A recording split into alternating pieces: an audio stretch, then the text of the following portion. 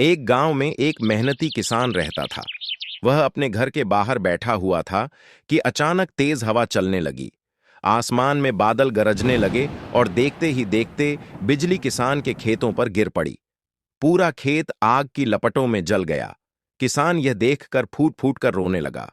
उसकी मेहनत की सारी फसल राख बन गई थी। यह हाल देखकर किसान का प्यारा कबूतर दुखी हो गया। वह उड़कर खेत में गया और अपने छोटे छोटे पैरों से हल चलाने लगा। हल चलाते चलाते कबूतर को जमीन के अंदर से एक जादुई चिराग मिला।